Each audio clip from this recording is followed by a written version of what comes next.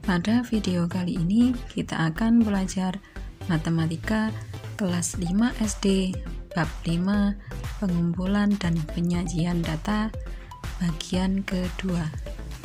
Pada video sebelumnya kita telah belajar materi tentang pengumpulan data. Masih ingatkah kalian bagaimana cara mengumpulkan data?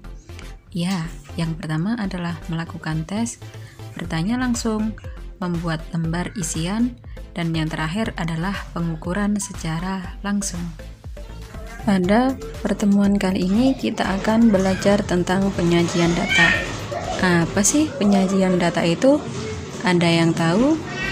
Ya, penyajian data digunakan untuk mempermudah kita dalam membaca data yang telah kita kumpulkan. Nah, kira-kira bagaimana ya cara menyajikan data itu? Ada yang tahu? Ya, yang pertama kita dapat menyajikan data dengan daftar. Yang kedua dengan tabel. Yang ketiga dengan diagram gambar. Yang keempat diagram batang. Dan yang terakhir adalah dengan diagram garis. Nah, yuk kita pelajari satu demi satu cara penyajian data. Yang pertama adalah penyajian dalam bentuk daftar. Dalam bentuk daftar maksudnya di sini adalah mencatat semua hasil data yang telah diperoleh. Contohnya, Benny menanyai semua teman-temannya satu kelas tentang tinggi badan masing-masing. Benny menuliskan di papan tulis, Benny menuliskan tinggi badan 30 siswa kelas 5. Setelah Benny menuliskan tinggi badan semua teman-temannya, diperoleh data berikut dalam satuan cm. Nah, dari data tersebut diperoleh tinggi badan yang tertinggi adalah 165 cm dan yang terendah adalah 138 cm. Selanjutnya adalah penyajian data dalam bentuk tabel. Data yang telah diperoleh nanti akan disajikan dalam bentuk tabel. Hal ini tentunya akan mempermudah kita memahami data-data tersebut.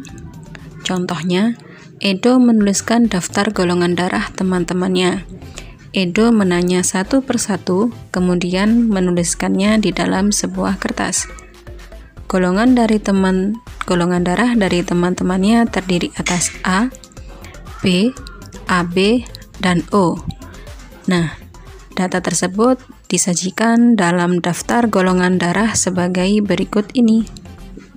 Nah, setelah disajikan dalam bentuk daftar, data tersebut juga bisa kita tampilkan dalam bentuk tabel untuk mempermudah kita menggolongkannya. Bagaimanakah bentuknya? Bentuknya adalah sebagai berikut. Daftar golongan darah siswa kelas 5.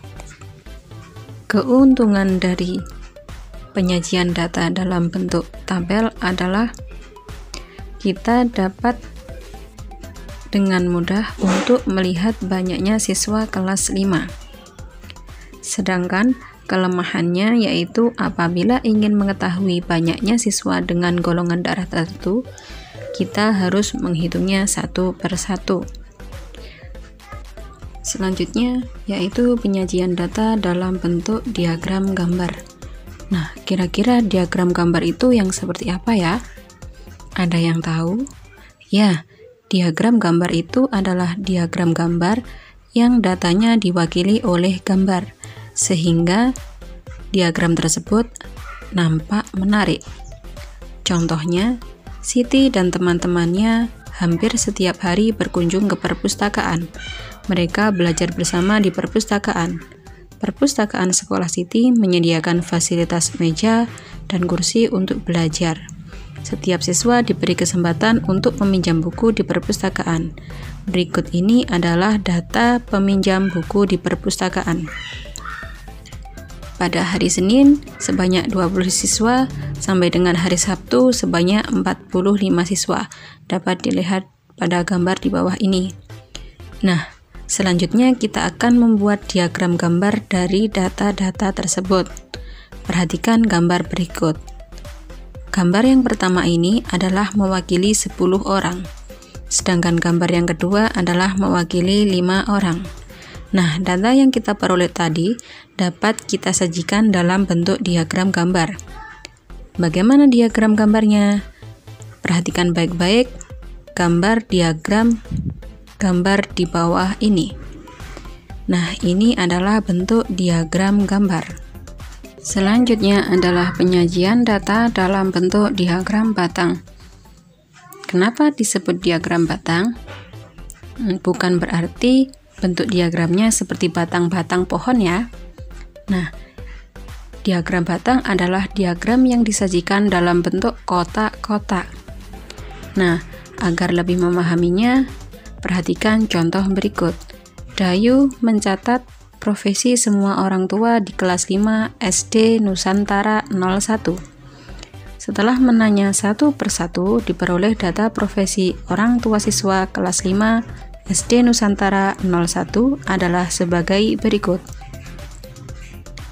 Nah, dari data ini kita dapat menyajikannya dalam diagram batang. Perhatikan gambar di bawah ini. Banyaknya orang disimbolkan atau digambarkan ke arah vertikal atau ke atas, sedangkan profesi orang tua siswa adalah horizontal atau menyamping. Di situ ada PNS, TNI, petani, guru, dan wira swasta. Nah, kita bisa melihat berapa banyak orang tua siswa yang bekerja sebagai wira swasta.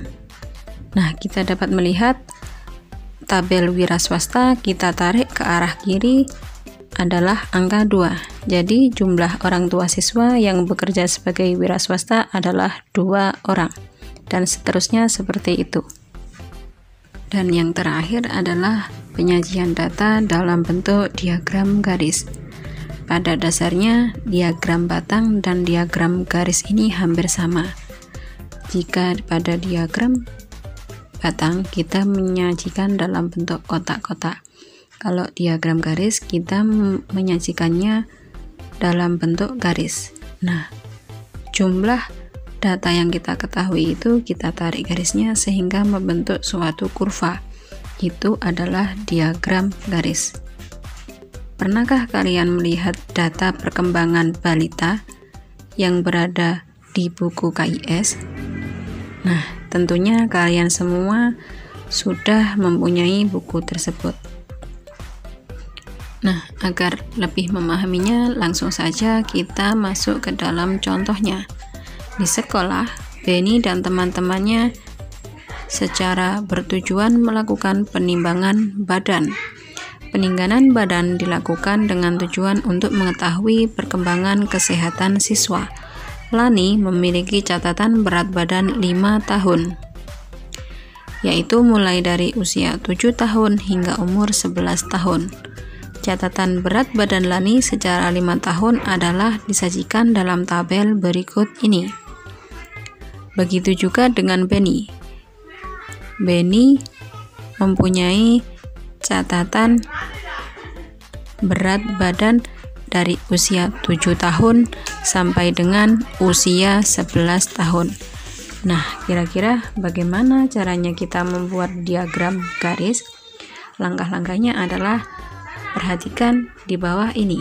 Membuat garis horizontal atau mendatar, kemudian membuat garis vertikal atau tegak lurus. Yang ketiga adalah membuat titik-titik pasangan antara umur dan berat badan. Dan yang terakhir adalah menghubungkan titik-titik dengan garisnya. Nah, perhatikan gambar diagram garis berikut ini. Garis horizontal menunjukkan umur atau tahun, sedangkan garis vertikal menunjukkan berat badan. Nah, berat badan Benny dapat kita sajikan dalam bentuk tabel berikut ini. Pada usia 7 tahun, Benny mempunyai berat badan 25 kg. Sedangkan pada usia 11 tahun, Benny mempunyai berat badan 35 kg. Nah, cukup mudah kan dalam menyajikan data? Baik, silahkan belajar mandiri di rumah bersama orang tua.